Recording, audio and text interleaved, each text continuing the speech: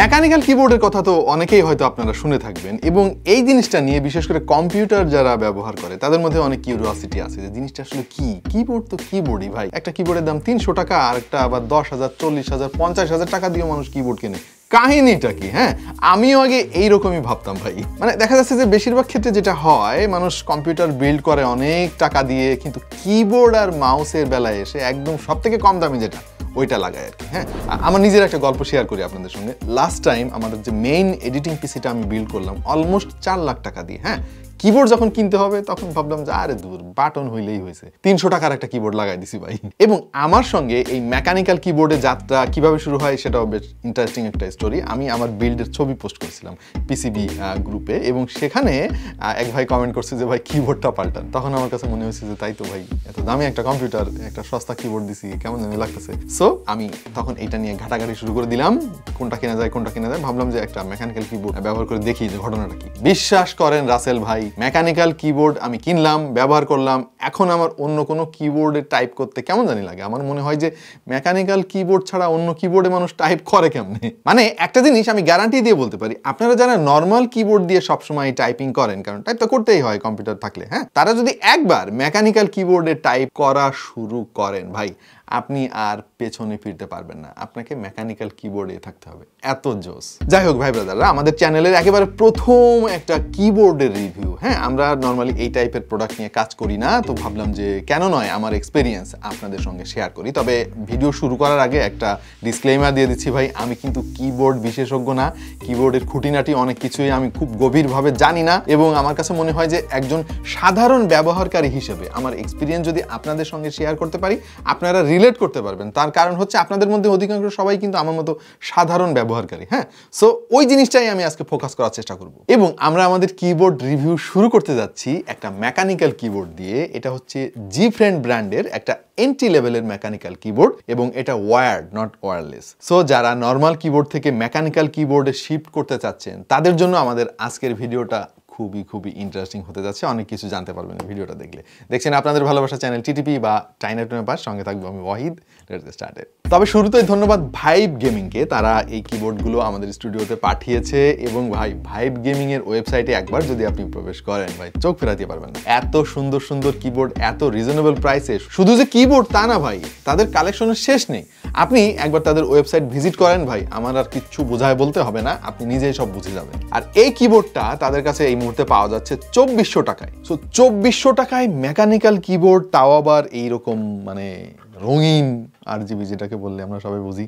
কাহিনীটা কি? সো একটু আপনাদেরকে বোঝাই জিনিসটা আর কি। বাই দ্য ওয়ে, সবার আগে বলে নেই, এটা কিন্তু একটা 60% লেআউটের কিবোর্ড। সাইজে অনেক ছোট, কম জায়গা দখল করে, খুবই মিনিমালিস্টিক এবং সিম্পল ডিজাইন হওয়ার কারণে ওভারঅল বেশ দারুণ একটা অ্যাস্থেটিক ফিল পাওয়া যায় এটাতে। এই কিবোর্ডটার মোট 4টা কালার হয়। আমাদের কাছে এই মুহূর্তে রয়েছে গ্রে হোয়াইট, ব্লু হোয়াইট এবং plain blue white. But for some reason আমার কাছে এই গ্রে কালারটা বেশি ভালো লাগছে ভাই। এইটাতে রেট্রো একটা ফিলিং পাওয়া যায়। ওই যে ছোটবেলার কম্পিউটারগুলোতে যেরকম কিবোর্ড আমরা ব্যবহার করতাম সেরকম একটা ফিল আমি এটাতে পাইছি ভাই। বক্স কন্টেন্ট নিয়ে একটু আলাপ করা যাক। বক্সের মধ্যে জরুরি সব জিনিসই আপনি পাবেন। একটা টাইপ সি কেবল পাবেন, একটা মেটাল সুইচ পুলার পাবেন এবং আরো পাবেন এক্সট্রা 2টা সুইচ। এবং এই কিবোর্ডটা সবচেয়ে ইন্টারেস্টিং জিনিস আমার কাছে যেটা মনে হয়েছে সেটা হচ্ছে যে মাত্র 2400 টাকায় তারা হোয়াটসঅ্যাপ পিসিবি দিচ্ছে।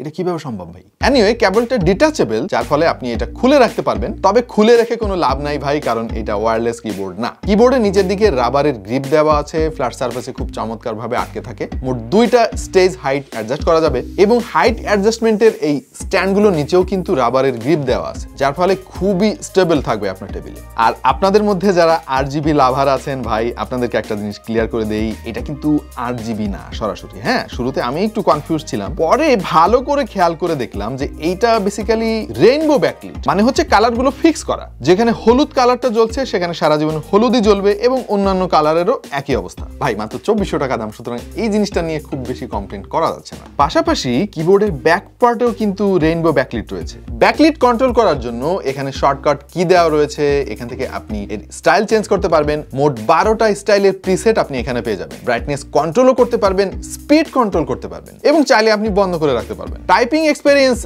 মোটামুটি, মানে অনেক বেশি প্রিমিয়াম না, কিন্তু আপনি যদি দামের কথা চিন্তা করেন তাহলে এটা আপনার অনেক ভালো লাগবে। ট্যাকটাইল একটা ফিল পাবেন, খুবই স্মুথ, ক্লিকি, এবং শব্দ যে খুব বেশি সেটা না। মানে আপনি যদি চান যে টাইপরাইটার মেশিনের মতো অনেক জোরে শব্দ হবে সেই রকম না, আবার আপনি যদি চান যে না একেবারে ল্যাপটপের মতো সাউন্ডলেস হবে সেই রকমও না। এই দুটার মাঝামাঝি একটা জিনিস। চলেন আমরা কিবোর্ডের একটু আওয়াজ শুনে আসি, তাহলে একটু বুঝতে পারবেন আপনারা।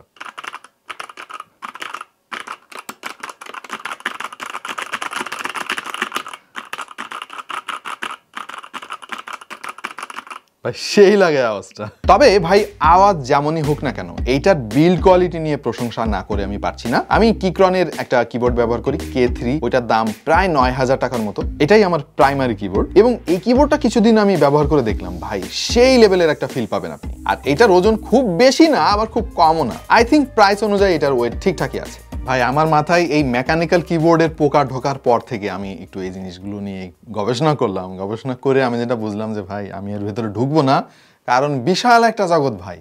এইরকম দেখতে অনেক কিবোর্ড আমি দেখছি যেগুলোর দাম 70, 80, 90,000 টাকা পর্যন্ত। সুতরাং অনেক দামি দামি কিবোর্ডের মতো এক্সপিরিয়েন্স তো আপনি এটা পাবেন না, পাওয়ার কথাও না, কারণ তাইলে তো মানুষ অত টাকা দিয়ে ওইগুলো বিল্ড করতো না। আচ্ছা, এতক্ষণ তো অনেক প্রশংসা শুনলেন এই কিবোর্ডটার। এইবার আমার ব্যবহারিক অভিজ্ঞতা থেকে কি কি জিনিস আমার কাছে ভালো লাগে নাই ভাই সেটা একটু শেয়ার করি আপনাদের সঙ্গে, তাহলে আপনি রিলেট করতে পারবেন এবং এটা আপনি কিনবেন নাকি কিনবেন না একটা ডিসিশন নিতে পারবেন। প্রথমত এটা ভাই একটা 60% লেআউটের কিবোর্ড। এর ফলে অনেক বাটন কিন্তু এখানে নাই।